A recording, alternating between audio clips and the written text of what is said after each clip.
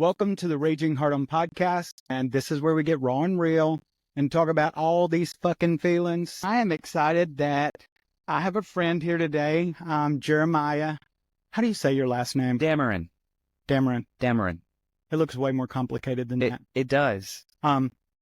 Jeremiah Dameron, and you are the new president, Less new. director January, president of the board. of our local Pride here in Alabama.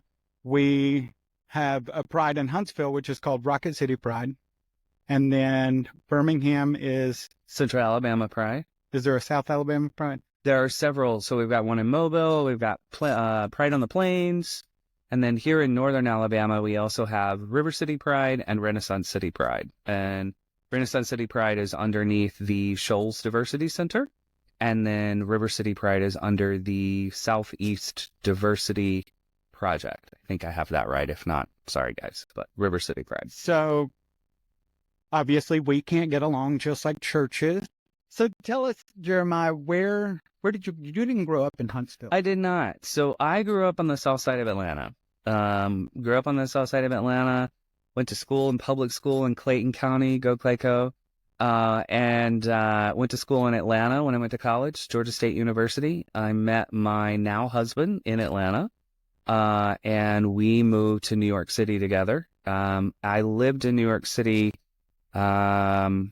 cumulatively about 15 years. Did a nice stint, and then we moved down to Alexandria, Virginia for a year for his job. I hated it. Nice people, but hated it. Went running back to New York. Finished out our time in New York about 4.5, 5 years. So about 15 years altogether, New York City. And then we moved to Nashville. And Nashville's a really fun city, great city. If you're a white girl getting married. Well, okay, so let's get into that. We'll talk about that. Oh. It's a fun city to see really great music. And for me, it ended up being a fun city because it was when I found my voice back in the South as it is related to equality and issues of equality. So I was in Nashville for about 6, 7 years, and then we moved here to Huntsville. Almost this spring will be three years. But have visited Huntsville. My husband grew up here. He did grow up. He did grow up here. How long have you guys been together? Over 2 decades. Yeah. Wow. Yeah, long time. Long time. I was a little baby. And y'all stuck it out. We did. We did. We got married officially, oh my gosh, the same month that we moved to Huntsville. So in the same month, we got married, bought a house, moved, and brought both of our dogs here to Huntsville. It was a big month, big 6 weeks. And then I just jumped in. So were you involved in Pride in any of the other cities that you lived in? Like as far as on the board or directing it? No board, no director, no leadership, really, in terms of a leadership position. My first Pride parade was in Atlanta. I was a wee little college student, and we had started a local chapter of our Amnesty International, and we were trying to sort of show here in America to this huge international organization that we don't quite have the gay rights thing figured out yet. And so what about violations of that and how that relates to human rights? And so I marched in my first Pride parade wearing combat boots and cutoff jeans and a black T-shirt and a big sign talking about gay rights or human rights when I was, I guess 19. Oh my God, I was just trying to be a whore. Like, I was like, does he love me? I was still very much trying to find my voice. So, yeah, so was involved there. And then, certainly went to the parades. I was in a couple of the parades in New York because my background has always been nonprofit. I've always worked with or for nonprofits. I've always been involved with the community in some way. Is that what you went to school for? Like, was your degree in? No, my degree was political science, international affairs, and then a minor actually in cultural anthropology. And funny enough, it was cultural anthropology because the school was not yet accredited for African American studies, even though it was in Atlanta, Georgia. So Called cultural anthropology. Anthropology. So it was all about how do people come together, systems of belief, and organize themselves, and what does that look like? That was my minor, but my I went to school really. I would have just assumed you played with rocks and bugs. Like, it sounds like a rock and bug kind of degree. That's archaeology. That's archaeology. Same thing. But yeah, Bugs too. some bugs, sure, yes, sure. I mean, in some religions they eat bugs, so So you like just came out and was like, I'm going to be an activist. Is your husband as much as you? No. Are you guys the same age? we are not. So he is 6 years older than I am. When I Patty. when I met my husband, he was not registered to vote. So after our sort of When I met my husband, he wasn't either, but he hadn't finished his citizenship yet. right, And you cannot vote if you're not a citizen. right. So like third date, I just was like, what is this? Why are you not registered to vote? And so he got to know very early on who the Jeremiah activist side is. But yeah, it's always just been. But you weren't going to quit him. Oh no. I mean, obviously not. Look, Like, we all have standards until we're attracted to them. And none of those red flags matter. look, he didn't give up on me. I get on his nerves. I know I do. He's like, oh man, I'll tell you a funny story. We, when we bought the house here in Huntsville, this year in June, I went out and was hanging a Pride Progress flag out front. And he looked at me and he's like, are you really going to hang that out there? And I turned to him and I said, I'm sorry, are you new here? Do you not know who I am? He's come a long way. He's been a really great support. And I think a big part of that happened when we moved to Nashville.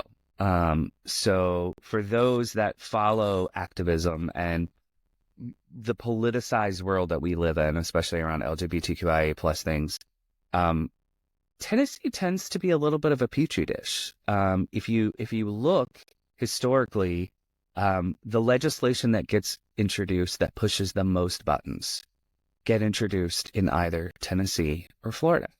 Oh, yeah. And they push that as far as they can to see how far they can get, to see, is it going to go to the state Supreme Court? Is it going to go to the federal Supreme Court? Why do you think that is? Part of it is money. There are a lot of organizations that are involved in very conservative, hot button issues and throw a lot of money into it. And they truly want to see how far they can get. I had shot off. Do you really think they want to see how far they can get? Because, in my opinion, I don't feel like any of them believe the shit they're saying. Oh, I don't think they believe So it. I think it would be safer to say they're just trying to see what will raise the most money. Yeah, Like, what will trigger but part of that, people to give, because it's never about the social issue that's on the ballot. It's about the hidden issues and the people it benefits that is not really public. yeah, I think sometimes, and I think what I mean by how far they can get is if they can get it through the state of Tennessee and they can get it through Florida and it doesn't get rejected at a higher level, well, then great, we're going to introduce it in all our states so we can make more money and we can raise more ruckus. When I was in Tennessee, they introduced the first bathroom bill, right? They introduced some of the very hateful anti-LGBTQIA plus legislation. And shout out to Tennessee Equality Project. I got really involved supporting that organization and learned how to go in and meet with your local legislators. But the work in Tennessee is, Nashville is a pretty liberal place. Sure. Same as, I mean, we're in Alabama, but I would say our city is most like Nashville. Mm-hmm. It is a very centrist. Socially, people just don't want to be in your business. I mean, not as much liberal as Nashville, of course, but yeah, I think Huntsville has always felt like a small Nashville. Yeah, I think Huntsville feel and different. Well, we have highly educated people, Oh, very. and we have people coming in from all over the U.S. Yes. and all over And the all over the world. world. Yeah. Yeah. So I think that the mentality that goes along with having an education and being learned, I think really affects the way things are done here. Because this is a well-run city. Yeah, and it's also exposure to other cultures and other people and Yeah, other way of doing things. And I think that that is what's similar with Nashville and Huntsville. I think what is not similar and where I hope we will go is Nashville also makes a business case for equality. Mm-hmm. Huntsville's not there yet. We will get there. But we have not made the business case. They're not going to do it for us. No, exactly. And that's what I mean. And I would say our community has not been led in a way that businesses see the benefit in our dollar. And there's a lot of money in this city, and there's a lot of money in our community. Mm-hmm. There's not a lot of unity in our community. Sadly, not that the community has all these rifts in it. They don't. You have a lot of hardworking people in the LGBTQ community here that are professionals, that work for the government, that have busy lives. And Huntsville doesn't really offer a place to congregate. Agreed. We don't have a bar. Yeah. Except for my house, my pool. That's the local gay bar. Or there's a drag show going on at 100 different places in the city. Lesbians may go to the Thirsty Turtle on Thursday nights to hang out and have a good time. Not a lot of LGBTQ people in the audience, not as much as there are straight women at those drag shows. Yep. Because we've all seen that. Yeah. We've seen it. And it takes a lot to impress the gay community. Yeah. I mean, we've seen the freakiest stuff, the most glamorous stuff. We were friends with all the pretty girls, Mm-hmm. you know, just like we have a mutual friend, Mallory. Yeah. Yeah. What a tough, Amazing. hardworking ally. Amazing. Miss America. And We're so lucky to have her on our board. She's doing amazing on our work. team. On our team, yes. I mean, Rocket City Pride Board as well. She's so I mean, it's hard to impress our community. It is. And you know, I think one of the things that was surprising for me when I moved to Huntsville was that there is not a central congregation place, you know, and it's not only, you know, in person, even virtually, you know, there's one of the things that we talk about at Rocket City Pride. This year, I became president in January, and this year we've spent a lot of time talking about our infrastructure as an organization and our capacity as an organization. And we've spent a lot of time this year reflecting on why are we doing the things that we're doing? And, you know, does it fall into the bucket of it's making impact on people's lives? It helps us raise money as an organization to allow us to do more things.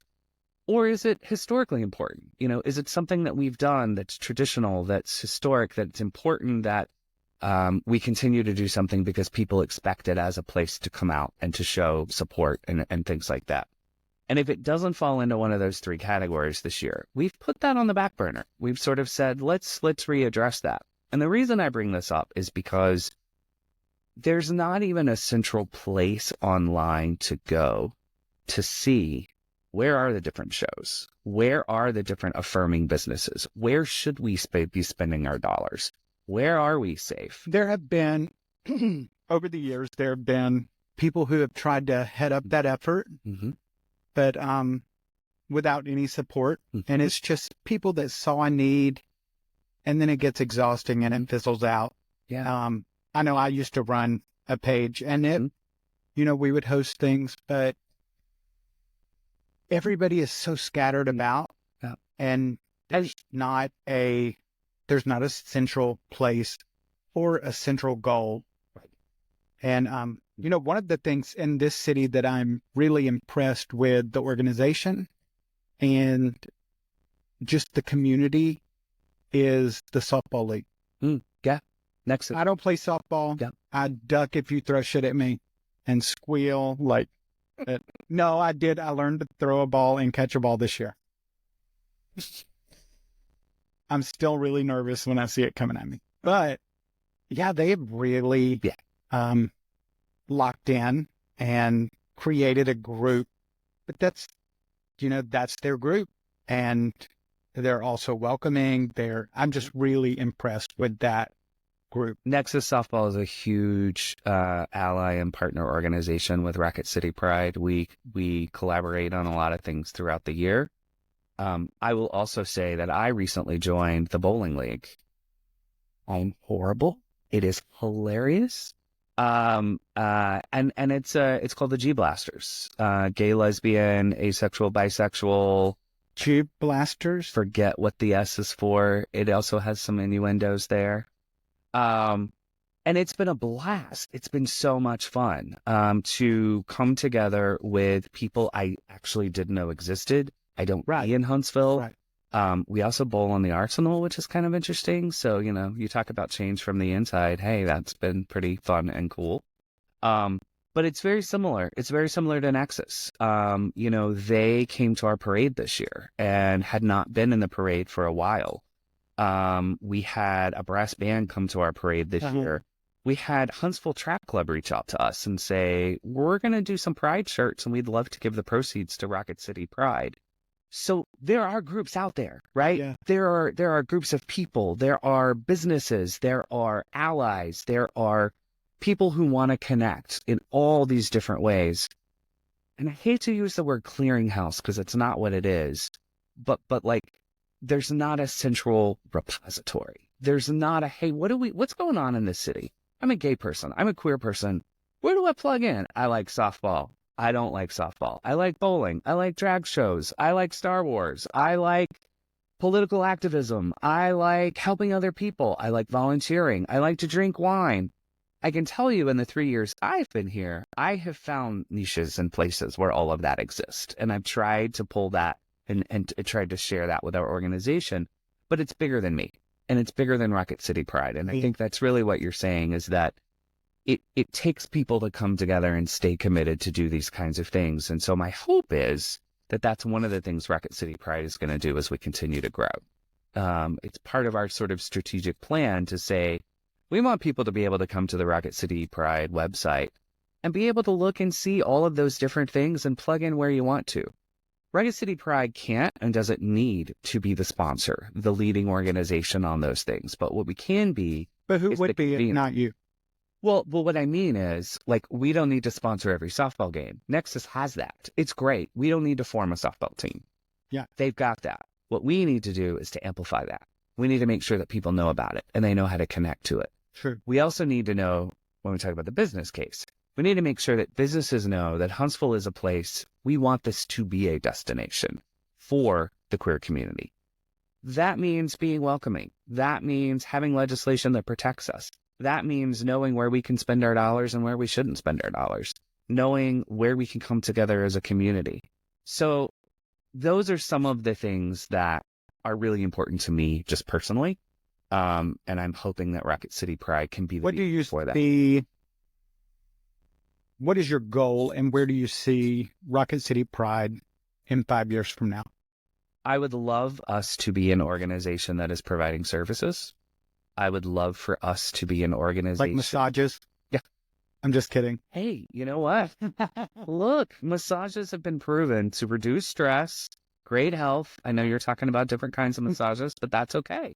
It starts with the other kind. And ends with a finger in the butt. Sorry, I'm just kidding. No, he's not. I'm not. So. Yeah, in 5 years, I want to, at one time, coming from a newbie, relatively newbie, right? There was an organization here that had staff, had a brick and mortar, had services that were being provided, and that is no longer the case. And so, I would really like to see Rocket City Pride in 5 years to be the place that businesses come to for information. People moving here come for information. People that are living here come for information. People that want to convene and connect with other people can see Rocket City Pride as the tent setter, the convener, and really doing that work and being the place that is providing leadership, that's providing technical assistance, that potentially is providing grants, that is potentially providing scholarships, that is potentially going in and talking about things and providing education. When things happen in our community, Rocket City Pride gets calls. We get calls from the news all the time. Do you want to speak about this issue? Do you want to talk about this issue? And sometimes, it's, well, this is an issue that is made up. So there's really not anything to talk about other than, here's some really good education. I get those calls too. We all. Every time something is scalacious. And they call me and they're like, do you want to be on the news? No. Right. No. And sometimes there's a good opportunity, right? Like, Margot, bless her heart, called us when everything went down at the Space and Rocket Center. And, she reached out saying, I want to make sure that we are reporting on these issues in a way that makes sense. That was huge to me. That was really big to say, I want to make sure that how we're talking about this issue is fair. How we're talking about this issue is inclusive. Can you help me with that? And so, I think the more that we can find opportunities to talk, to convene, to educate, to laugh, to celebrate, to flirt, to joke, to do all of those things, our community will slowly, I think, over time, I think our social fabric as a community will be strengthened. Yeah. And for me personally, that is something that I believe in. That is something that is part of the reason why I do this work. So do you see there being like maybe a community center one day or? Maybe, I think one of the things I've learned is you want to listen to what the needs are and you want to be able to deliver on those needs. And so, United Way does a needs assessment I think it's every 3 years. I was part of a needs assessment in Nashville. I've been part of needs assessments. I've run some needs assessments in New York. If this community says that a top priority is to form a community center, a brick and mortar community center, and there's commitment to help run it, fund it, keep it sustainable, perhaps that could absolutely be a Rocket City Pride initiative. It would make sense for it. I think, at this point, like the needs are all needs because there's, I took care of a friend of mine with cancer.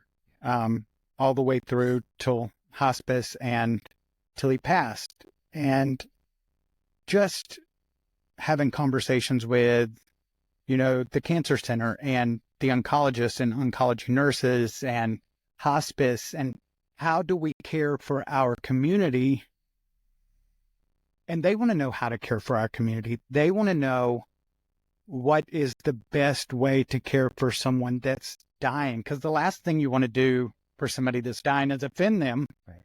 And it's just these needs are here. And as we age, we have an aging population in the gay community, and so many people statistically go back into the closet to go to the nursing home. Right. And out of fear. Yeah. They spend their last days pretending all over again. Yeah. And sad. Yeah. I mean, I know for my friend, when in hospice, I'm like, don't bring in preachers. He doesn't want that. He just wants to be surrounded and have the most normal moments a gay man can have as he's passing and coming to terms with passing. Mm-hmm. But yeah, it was so eye-opening. And we have people in our community that are hungry. Mm-hmm. We have people in our community that are hiding in hunger and poverty. And, we look at the gay community and we think, oh, wow, they're all so wealthy and, they have nice houses and nice cars, which is true. And I mean, I'm one of those. I mean, no shame in that, but I acquired all those things out of self-hatred and shame, trying to be good enough and be enough. And, some of us take that shame and build something that's beautiful to the world, but it's still just lipstick on shame. Mm. And then some people hide in their shame, and they don't feel like they're enough for our community. Our communities can be rough on each other. Oh, absolutely. And, there's a big creator on TikTok this week going through some drama. I love some drama. And this lady is like, there's so many words I can't use because it will give away who she is. And I'm not here to dog her out, but we have made her the hero. Mm. She's not one of us. Mm. She was just nice to us. Mm. And now she makes one wrong move, potentially showing her true colors. And everybody's just so blown away. Mm. But it's what we do as a community. We are so impressed with heterosexual people accepting us, and we just think that is the boldest thing they could do. Mallory, wow, what a great ally. No, she's just being fucking human. She's just being a fucking nice person that is nice to other humans, but we are so riddled with shame that we will do anything. Thank God she's not some manipulative person who wants to open up a Church of Mallory, because there would be so many followers. Sure. We fall at the feet of people that aren't in our community just because they're nice to us. We did it growing up in school. I loved a mean girl that was mean to me, but was my best friend. And, I see that in our community, and we fall over ourselves trying to be accepted. Yeah. I see that. I definitely do. And I also see. But we don't support, had this lady, this creator, been a lesbian and been nice to the gay community, would she have been so celebrated? I don't know. Like, did the fame come because somebody was just fucking human? Yeah, it's really difficult. And it's difficult, I know, in your position, it's difficult to make sure everyone's get all the queers impressed with you because, you're just a queer. Yeah. At the end of the day. Yeah. And I love, you and I had a conversation not too long ago. We met on a hiking trip. We did. And it was our first gay hike with Land Trust of Northern Alabama. It was fun. Yeah, it was. I'm walking every morning now, like 5 miles. That's awesome. Morning, 6 a.m. Fantastic. Out in nature. Yeah. I'm awesome. You are awesome. I know. That's fantastic. I hear young people say it all the time. Mr. Brian, how did you get so awesome? And sometimes they cry when they say it.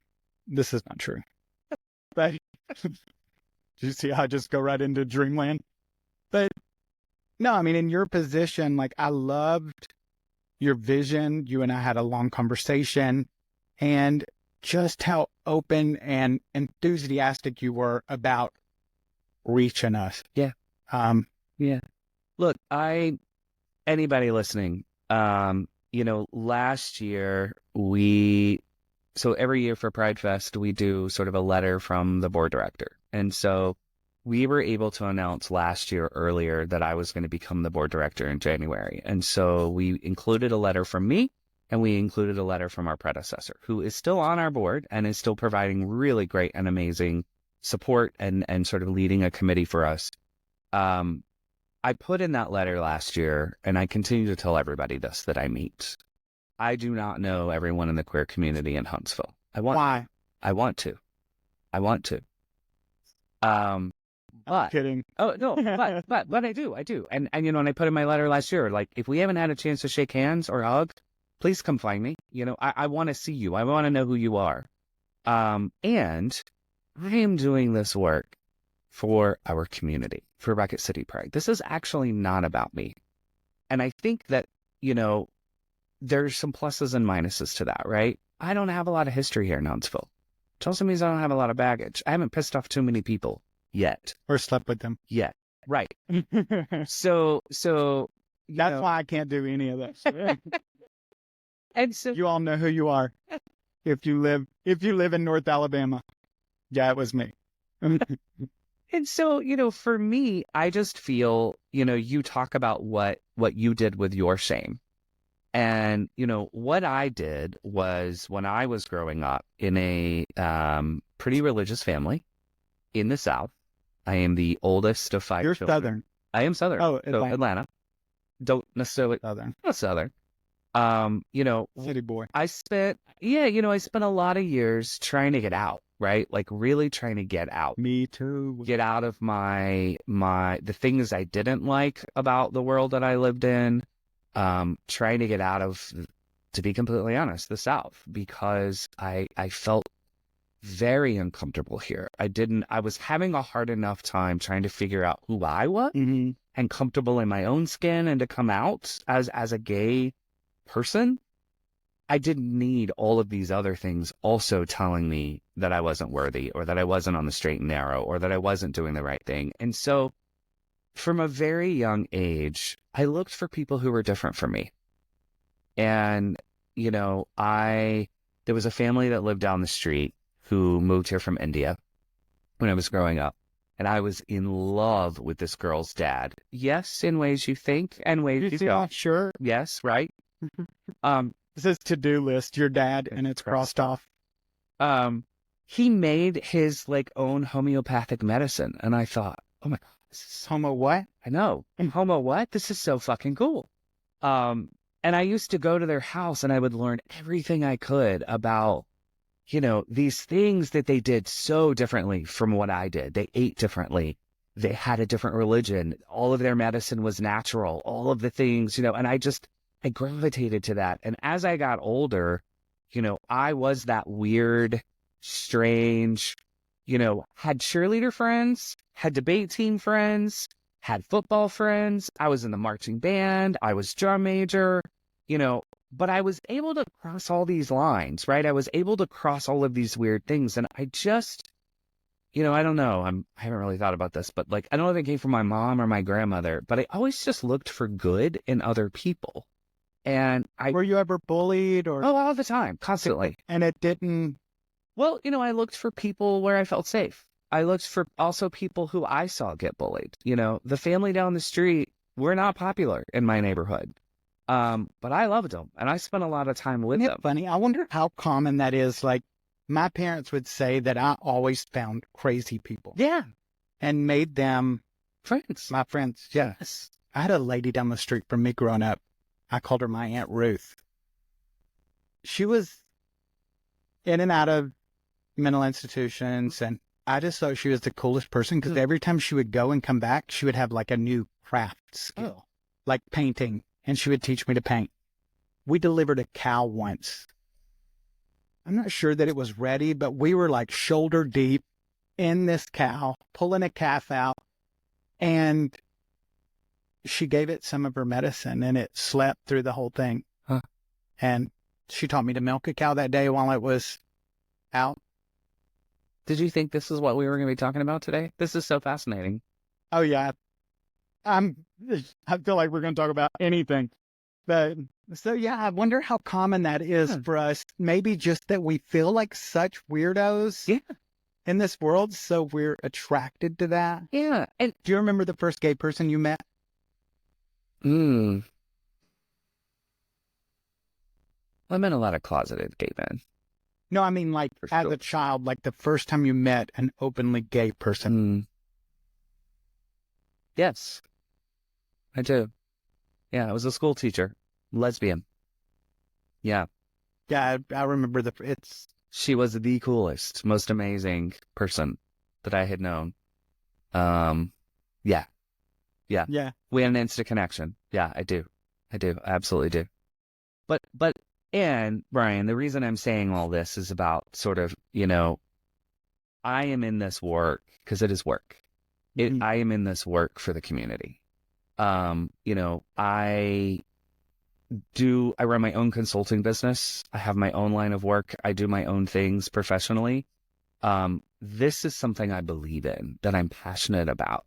And I'm not doing this to elevate Jeremiah. I'm not doing this because I am hoping in the end that there is something for me.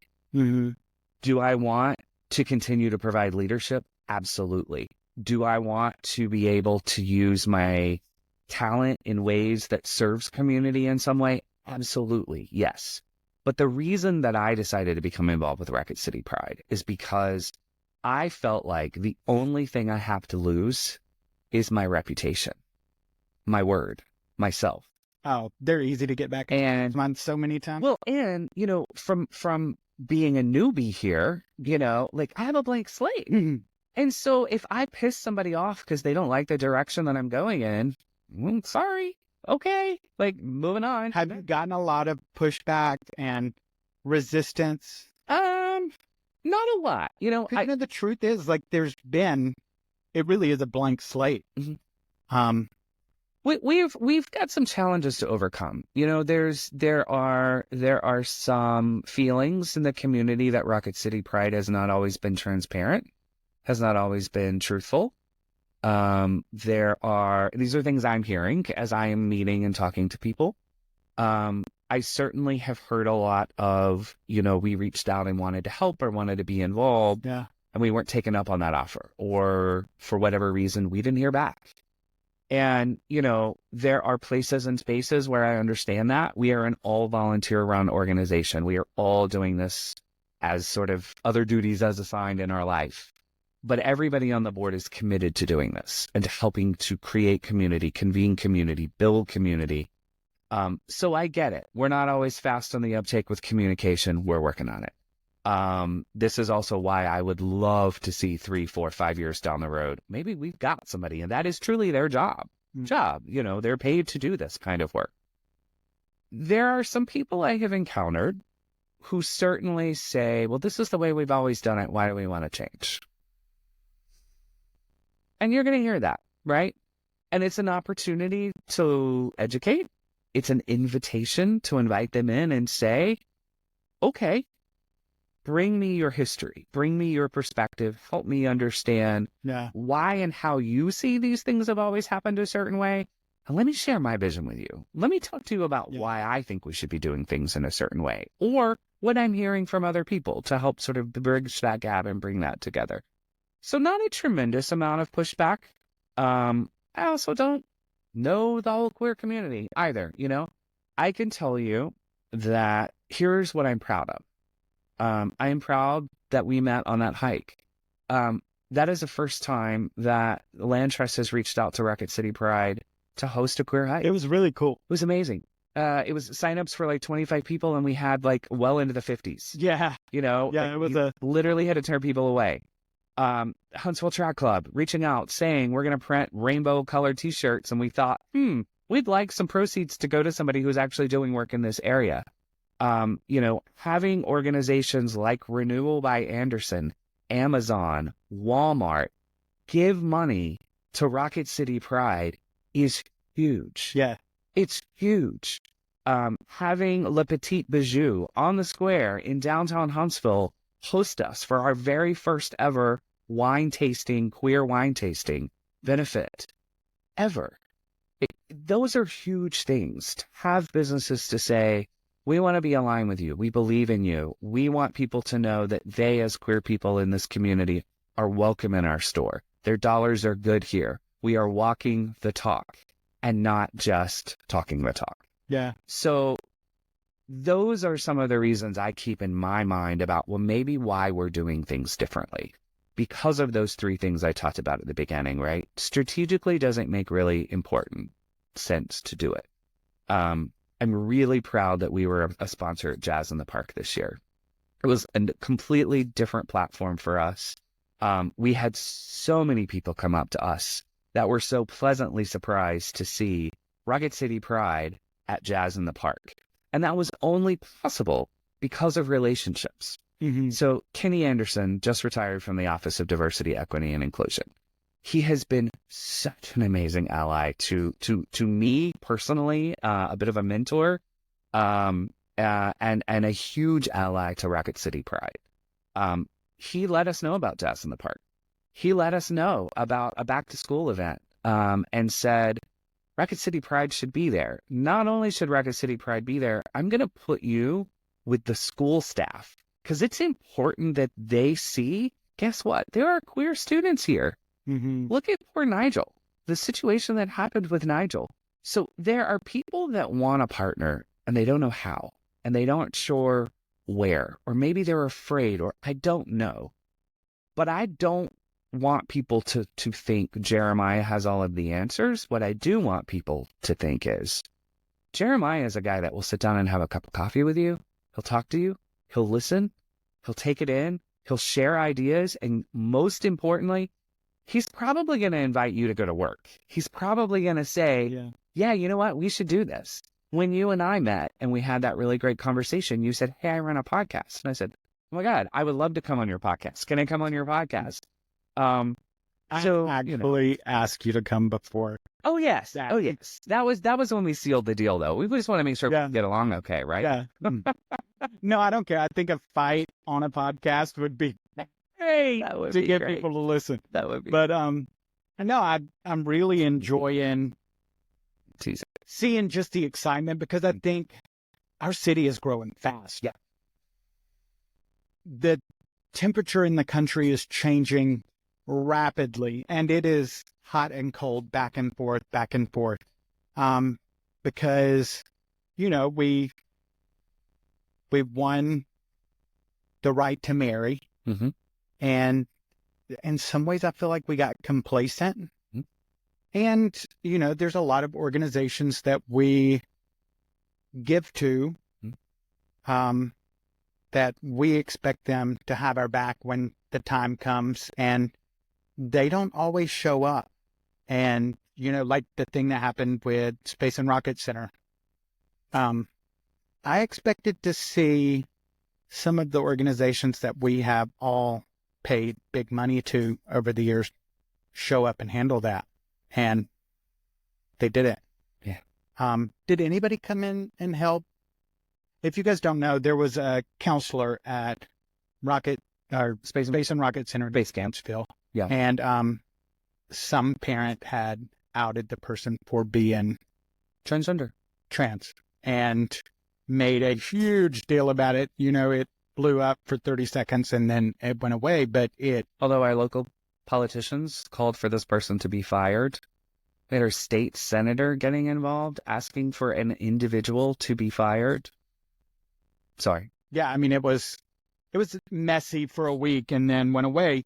For them, they moved on to the next topic, but there was an actual person that they were discussing in the news here, and this person was doxxed. I mean, it was bad. It was really, really bad. And Rocket City Pride had reached out behind the scenes to the Space and Rocket Center and sent a letter of support saying, we expect you to do what you've always done, which is to continue to follow really great hiring practices, to continue to be an inclusive space for people to visit, for people who work there. Yeah. And they always have been. And they always have been. They always have been. What you didn't see, and this is back to the business case, you didn't see what you're saying. You didn't see a lot of other larger, louder organizations making statements, right? And so we tried to be as loud even as we could. Political action committees that we have all put lots of money in did not show up to defend one of our own in the South. And and I will say, as the board chair of a nonpartisan 501c3, we also did what we could do to send letters, both publicly and behind the scenes. I spoke to Margot on the news, talked to her about the fact that, this man was making accusations of something that, there is no record of that this person did any wrongdoing other than just being alive. But there is record of that man's wrongdoing. Oh, absolutely. Like his arrest records. I never saw that on the news. No, absolutely not. And that was one of the things we talked about, was that, what gets the attention and what doesn't get the attention. Yeah. And so that was an opportunity to educate. And so that is part of what we are trying to do, is to, when you talk about the polarization that exists, it is real. We all know it. We all feel it. Yeah. And we've lost the ability. Sometimes I put myself in this camp. We've lost the ability to be able to sit down and actually talk and listen. Actually listen and see, where can I as a person contribute something that is either educational or meaningful or illuminating to this other person who is so polarized, who absolutely is on the opposite end of the spectrum? What am I willing to do to bridge that gap? Sometimes I am very willing to do that. I am. And other times I'm not. Unfortunately. I'm only human. Like there's a group of people that they want us to join their book club. Okay. The church. Okay. And they're like, join our book club, join our book club. I know how we can get them to join our book club. We'll just treat them like shit. And they'll want to be in our book club. And it's like we're getting that same thing from both sides. And growing up in the South, here in a more rural part of North Alabama than Huntsville. But, our grandparents and my grandmother loved me with everything in her. Like, she thought I was the greatest thing in the world. But she would also say the N-word. And it wasn't until I was an adult that I could realize that both things can be true at the same time. She could love me and be a wonderful grandmother to me. And she could also have a very ignorant way of thinking and expressing.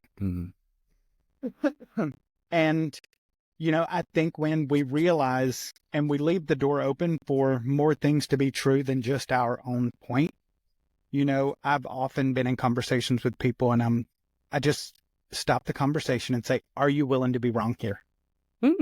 Are you willing to be wrong about this? And if they go, no, then I'm like, then why are we discussing it? Because if you're not willing to be wrong, or I'm not willing to be wrong, then we're literally just circling the drain. Like, yeah, you're at an impasse. So, yeah, if you get in those conversations, stop it and say, are you willing to be wrong here? Yeah.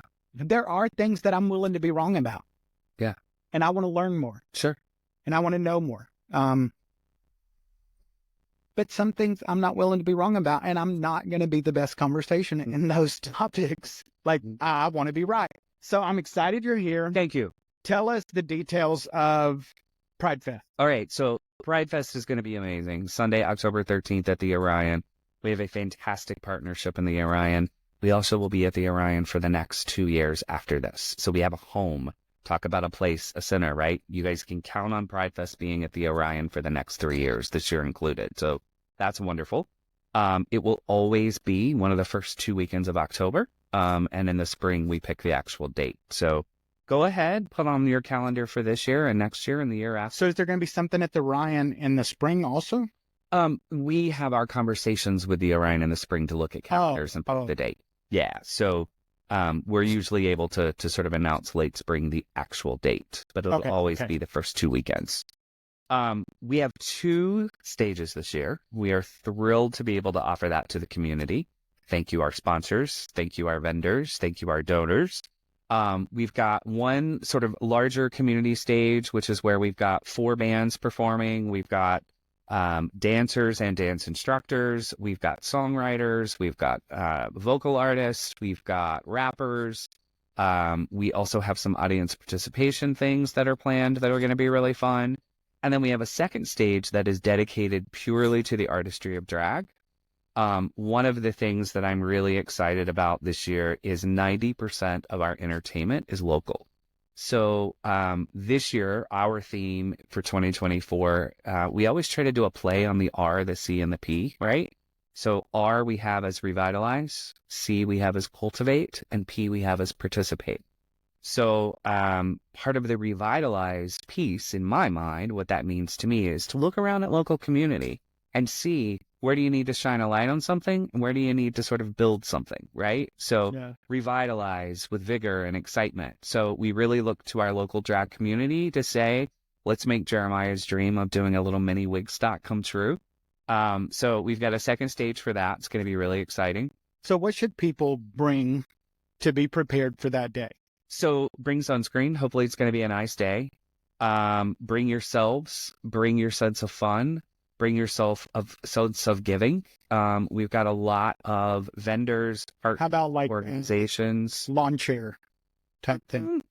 You could bring a lawn chair, but we have so many things going on that. Tell the truth, Jeremiah. No. I'm old, and every time I go and there's nowhere to sit down, and I can't go sit in the shade. Look, if you want to bring your lawn chair, bring your lawn chair. But there will be some picnic tables there. We're going to have so many people in the concourse. So we have over 100. There's a great little wooded area with the art installations. There's a great wooded area. We're going to be using not wooded, but shaded. Shaded, yep. Yeah. There's a great the main performance stage is under a dome, so that'll be shaded. You come find Rocket City Pride there. Come get your T-shirt at Green Pea there. Come see our sponsors there. We have access to sort of the entire site, except for the inside of the amphitheater. We've not yet made Stevie Nicks level Rocket City Pride yet. But we're getting there. We're getting there. But we've got over 100 vendors that are going to be there. And when I say vendor, I'm talking community partners. I'm talking mental health professionals. We've got stuff for that's family friendly. We got stuff for kids. We got stuff for adults. We got stuff for people who like to be naughty. I mean, this is a family friendly. It is a family friendly event. It is a family friendly day, for sure. All ages, all types, all sizes, all races. Will there be drinks there? There will be drinks there. There will be food there.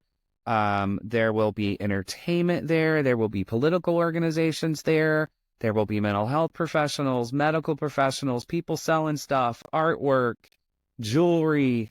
I mean, you name it, it's going to be there. It is absolutely going to be. And there will be queers. Lots of everywhere queers. Lots of queers. For Huntsville, that's an exciting thing because like we said, we don't have places we congregate. And the places that we do have that we congregate are usually very specific. And so you have your drag following crowd. Right.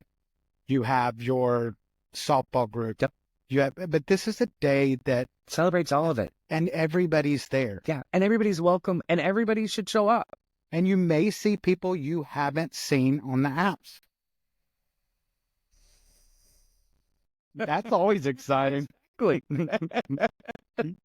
It really is a day. There'll be cute boys there and cute girls there and cute girls and girl boys. Yeah. Girls and boys and theys. And it's all going to be there. It's all going to be there. So please come.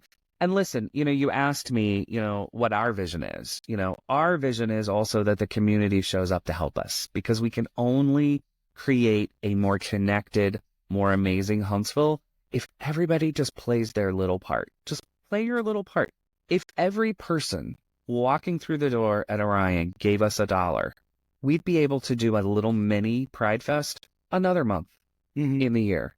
We really believe in Pride 365. Really believe in that. We don't just have to show up as the queer community in June and October. One of the things Rocket City Pride is working hard to do is making sure that there are places and spaces to connect year round.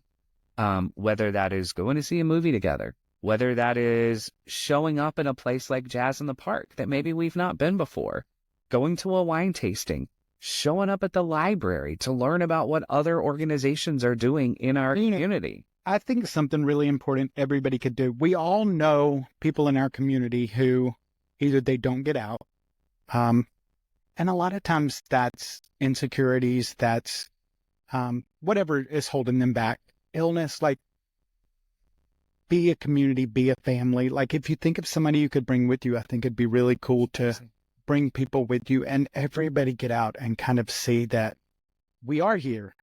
And there's a lot of us here. There's more of us here than you know about. And visibility is often one of our greatest strengths, right? Visibility is really one of our greatest strengths.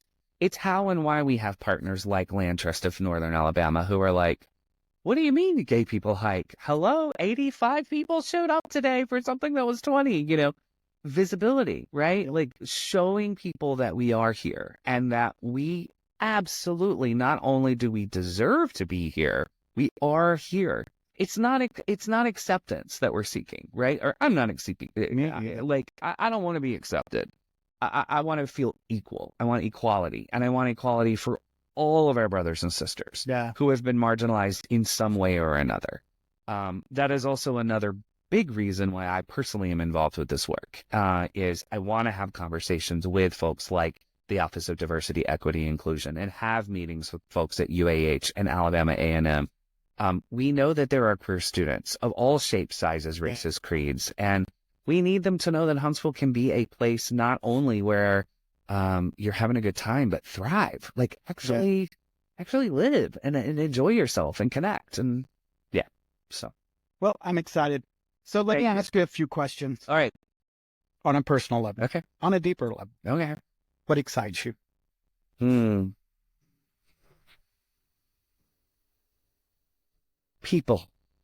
People excite me. I love, it goes back to that thing I said about being a kid.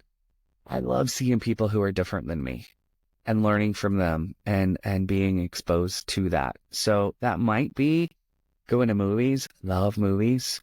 I love anything that has to do with music. I love being outside and doing fun things. But being around people energizes me. What makes you feel small or invisible? Wow,